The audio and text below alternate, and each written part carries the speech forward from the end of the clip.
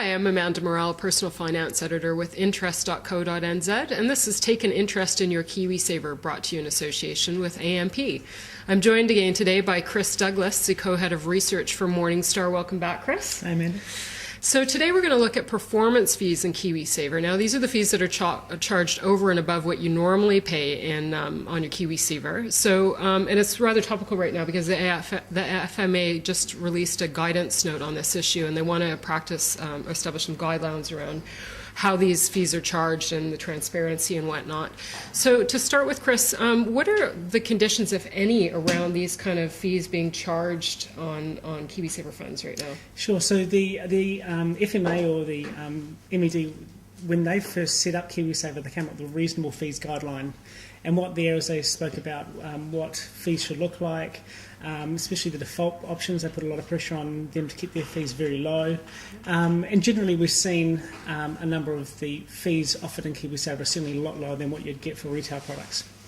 But up until now, the FMA hasn't really been giving any guidelines on performance fees, and so they've released this discussion document in this paper and these guidelines to start actually putting some more guidelines and framework around performance fees and how they're used in KiwiSaver. Okay, so the rationale for charging these performance fees is that the KiwiSaver member is getting an above average return in exchange for this extra premium they're paying. Is that right? Well, that's what you'd hope.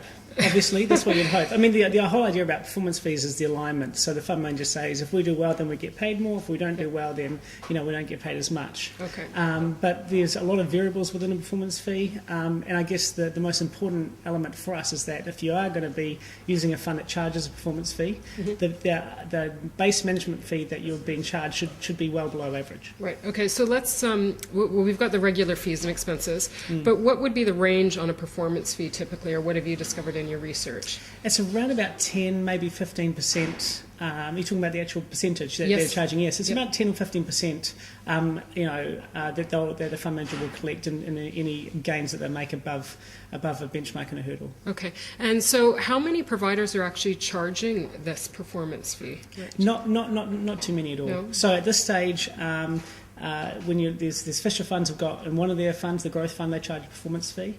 Milford as well, in the aggressive fund, charge a performance fee, and I think you alluded to Superlife as well in one of their funds as well. So only a very few fund managers charge performance fees. However, some of the bigger providers out there, they might some of the underlying managers that they use in their funds might do charge performance fees, and so if some providers are playing it even though they don't see it when they're actually investing into a KiwiSaver product. Yeah, no, Westpac comes to mind with that one. Yep. So how well is that communicated, in your opinion, to some of the KiwiSaver members? Would they know that, and or is there should they know that when they're getting into it? Well, first of all, it's probably not communicated that well, but at the same point, I don't think it's that pertinent for them to know, as long as the fee that they're being charged by the fund manager includes a performance fee component, and they can understand that that's included, and it's not above and beyond an additional fee charged to them that they don't realise is happening.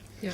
I think in most cases what you see when fund managers report the unit price and the performance, it does include the cost of the actual fund and the performance fee included in that.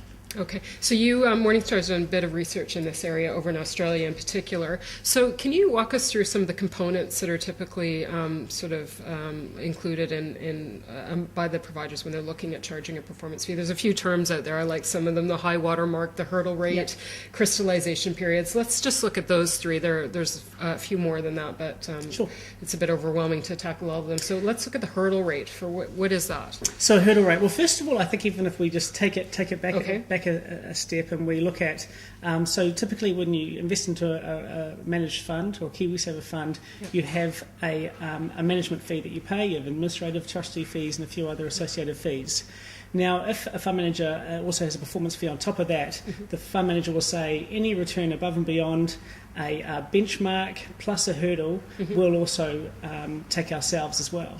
Now, if you look at the Fisher Fund's growth fund, for example, they have a benchmark of a cash rate, the 90-day bank bill, I think it is, and then their hurdle is actually zero above that. So they're just collecting anything above a cash rate, they're actually collecting as a performance fee. Okay.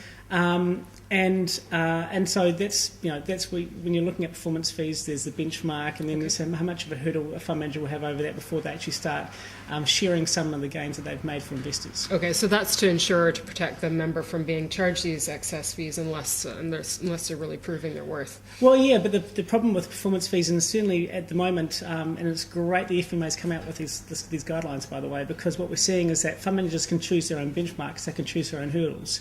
A hurdle can be zero, and in many cases it is. And we don't think that's very good. The other point is that a benchmark, I mean, if you're investing in mostly equity funds but you're benchmarking yourselves against cash, we also don't think that's best practice at all. And so certainly, again, it's great to see the FMAs coming out here, having a closer look at performance fees. And one of the things they're looking at is making sure that there's an appropriate benchmark for the fund manager. Oh, okay, and so that are they looking to providers themselves to determine that, or how will that decision be made? Well, they'll be putting in. They're going to be putting in some guidelines and a framework in place. I'm not too sure how far down the road they'll go with saying, with actually setting the benchmark for the fund manager. But I think what they're saying is it's got to be an appropriate benchmark, and if you're in an equity-based fund, they've pretty much alluded to the fact that a cash-based benchmark is not appropriate. Okay. Now, how about a high water mark? How does that distinguish itself from a hurdle rate? Yes, right. So a high water mark. Essentially what happens is if a fund goes up in value and then it sells off, the fund has set a high water mark. Now the fund's got to recapture that up to its last highest value before it can start collecting a performance fee again. Okay. And that just means that a fund doesn't go up, sells off, and then when it starts going up again, it can start generating a performance fee. Right. So it's all about making sure that it gets back to its highest, the highest, I guess, unit price value or performance that it was at before the sell-off, before it starts collecting another performance fee. Again, it's what we see as typically it's very standard across the majority of performance fee structures we see out there, and it's definitely best practice, and we'd frown upon anyone who didn't do that. Okay. Now, again, crystallization periods. There's a bit of overlap in some areas, but what defines a crystallization period, and how is that applied on a performance fee? So crystallization period is essentially the period of which the fund manager actually will actually collect the performance fee.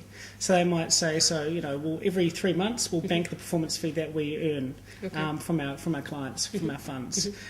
So what we believe is that a crystallisation period of at least 12 months needs to be put in place.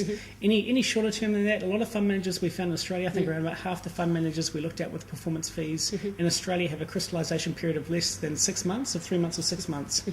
And we just think that seems to reward a short-term mentality, that they're so focused on the short-term gains rather than looking at a longer-term period, and that's what they should be doing when they're measuring themselves against a performance fee benchmark. Okay, so overall, what would you say, or what would be your advice for a KiwiSaver member who is being charged a performance fee when they're trying to establish whether that's in fact a fair fee and whether that's, the fund manager is proving their mettle in that sense? Yeah, so I think first of all, certainly from Morningstar's perspective, we've got nothing against performance fees used in the right way. We believe that if the fund manager is charging a performance fee, that we do think that there should be a lower base fee. You've got to have that. There's no point in paying a very average or a typical base management fee and then charging a performance fee on top of that, because it just becomes very expensive. The whole idea about a performance fee is that it's an alignment between the investor and the fund manager, and if the fund manager does well, then they can do well, and likewise, if they don't do very well, then they don't get to share in that performance fee. Yep. There's a very interesting structure in the US. It's called the fulcrum performance fee. Okay. And what it essentially means, and this is actually all US, they're called mutual funds, the retail funds in the US. If a fund manager charges a performance fee and they do well, then they share in the upside. But if they do poorly, they actually also have to lower their fee on a proportionate basis as well to back to the investor. Okay, that seems fair. It's very fair. It's a great structure. And we don't have this in New Zealand yet? You actually don't have it anywhere else apart from the US. Really? Interesting. Yeah. Okay, so that would be something to follow. I wonder if anybody will be raising that in the context of these guidance notes. Actually, the FMA have mentioned it. Okay. I have mentioned it for sure, and it's a great structure, and it's very fair. If the fund manager is going to back themselves with a performance fee, then they also need to put something in place to make sure it's fair for investors. And if they don't do well, if they don't do as expected, then they shouldn't be able to charge as much as they can. Well, that sounds like a great idea. Now, just out of, I'll mention it that the FMA is still soliciting feedback on this guidance note. I think you have until December 2nd to give them some opinion or commentary. So I'd welcome you guys to do that. I encourage you. Chris, thanks again for joining us. I'm Amanda Morrell with interest.co.nz, and this has been another issue of Take an Interest in Your KiwiSaver, brought to you in association with AMP.